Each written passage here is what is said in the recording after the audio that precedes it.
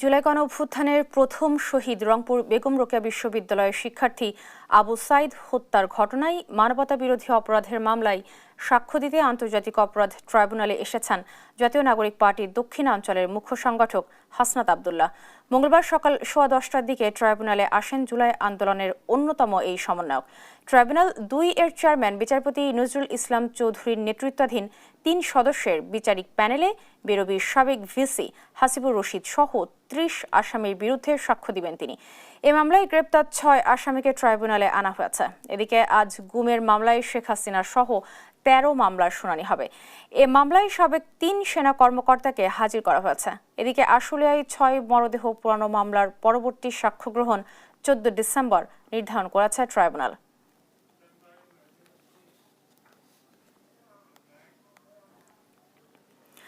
দর্শক, আন্তর্জাতিক অপরাধ ট্রাইব্যুনালে রয়েছেন সহকর্মী হাসান আল মাহমুদ, সরাসরি যোগ দিচ্ছেন তিনি। হাসান, হাসনাত আবদুল্লাহ সাক্ষ্য গ্রহণের বিষয়ে নতুন কি তথ্য আছে আপনার কাছে, জানাবেন আমাদের।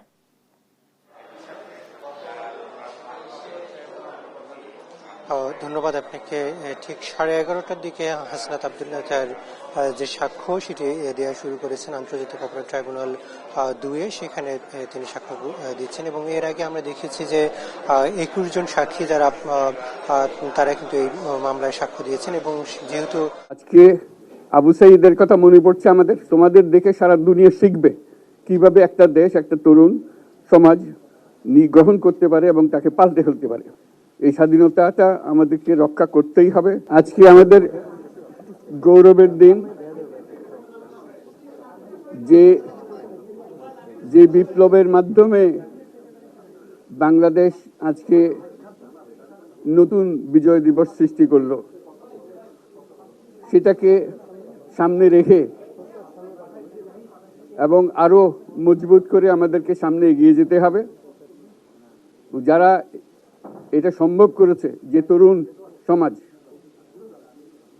তাদের প্রতি আমি আবার সমস্ত প্রশংসা এবং কৃতজ্ঞতা জানাচ্ছি তাদেরকে। তারা আমার পাশে আছে। এরা এই দেশকে রক্ষা করেছে, এই দেশকে নতুনভাবে পুনর্জন্ম দিয়েছে এবং এই পুনর্জন্মে যে বাংলাদেশ পেলাম, সে বাংলাদেশ যেন অত্যন্ত দ্রুত গতিতে এগিয়ে চলতে পারে, সেটাই হলো আমাদের শপথ। সেটা আমরা রক্ষা করতে চাই, এগিয়ে যেতে চাই।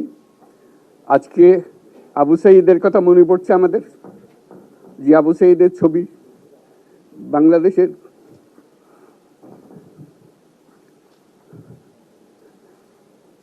প্রতিটি মানুষের মনে গেঁথে আছে। এটা কেউ বলতে পারবে না। কি অবিশ্বাস্য একটা সাহসী যুবক, বন্দুকের সামনে দাঁড়িয়ে আছে এবং তারপরে থেকে কোনো যুবক, কোনো যুবতী আর হার মানে নাই, সামনে গিয়ে গেছে এবং বলছি যত গুলি মারো, মারতে পারো, আমরা আছি। তো যার কারণে এটা সারা বাংলাদেশ জুড়ে এই আন্দোলন ছড়িয়ে গেছে এবং যার কারণে বাংলাদেশ এই দ্বিতীয়বার স্বাধীনতা অর্জন করলো। এই স্বাধীনতাটা আমাদেরকে রক্ষা করতেই হবে। শুধু রক্ষা করা নয়, এই স্বাধীনতার সুফল প্রতিটি মানুষের ঘরে পৌঁছাতে হবে। তা না হলে এই স্বাধীনতার কোনো দাম নেই। এই স্বাধীনতাটাকে পৌঁছানো হলে আমাদের শপথ, আমাদের যে প্রতিজ্ঞা, যে আমাদেরকে এটা করতে হবে, ঘরে ঘরে পৌঁছাতে হবে। মানুষ যেন জানে যে বাংলাদেশ স্বাধীন হওয়ার অর্থ হলো তার নিজের পরিবর্তন, ব্যক্তির পরিবর্তন, সুযোগের পরিবর্তন, তার ছেলে মেয়ের ভবিষ্যতের পরিবর্তন। এটা যেন প্রত্যেকে বুঝে নেয় এবং আজকের তরুণ সমাজকে বোঝানো যে এই দেশ এটা তোমাদের হাতে, তোমরা এটাকে তোমাদের মনের মতো করে গড়ে তুলবে। তোমরা যেভাবে স্বাধীন করতে পেরেছো, তোমরা এটাকে তোমাদের মনের মতো করে গড়তেও পারবে এবং তোমাদের দেখে সারা দুনিয়া শিখবে কিভাবে একটা দেশ, একটা তরুণ সমাজ গ্রহণ করতে পারে এবং তাকে পাল্টে ফেলতে পারে। তাদেরকে আমি বারে বারে এমনি উপদেশ দিই যে পুরনোদেরকে বাদ দাও, তাদের এই পুরনো চিন্তা দিয়ে এটার মুক্তি আমাদের হবে না। করি সারা দুনিয়ার মধ্যে এটা হবে না। এটা শুধু বাংলাদেশের কথা না, সারা দুনিয়াকে জুড়ে কথা বলছি। তোমাদের মধ্যে যে শক্তি আছে, যে ক্রিয়েটিভিটি আছে, সৃজনশীলতা আছে, সেই সৃজনশীলতাকেও কাজে লাগাতে হবে। এটা শুধু বই খাতাতে লেখার জিনিস না, এটাকে প্রকাশ করা